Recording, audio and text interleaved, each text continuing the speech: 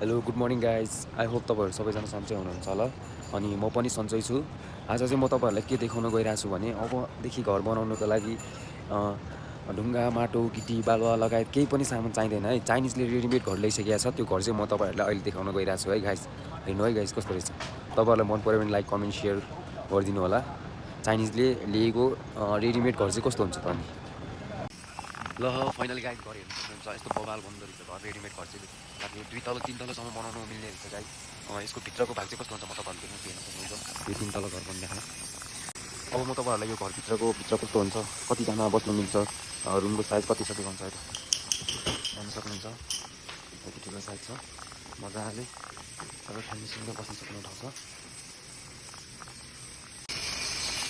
हामी चाहिँ एउटा घर रेडी गरिसकेको छौँ अनि अर्को घर चाहिँ रेडी हुँदैछ भर्खरै यहाँ झरेको घर। अब यसलाई चाहिँ बेल लगाएर फेरि माथि तानेर यसलाई स्ट्रेट उठाइदिनु। उठाइसकेपछि घर सरिहाल्यो, त्यहाँबाट भित्र यताउता बनाउने त्यो भयो। अहिले जानु होला सब कुरो तपाईँहरूलाई म देखाउँछु।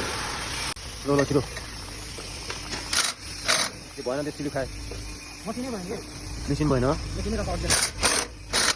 नट खोल्नु सकेन, एउटा नट पनि खोल्नु सकेन गाइस।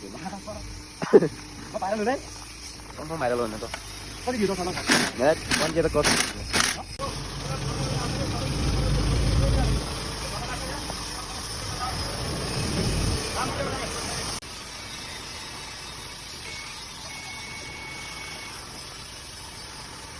फेरि गाइस फेरि हामी एउटा घर उठाइसकेका छौँ, हेर्नु सक्नुहुन्छ।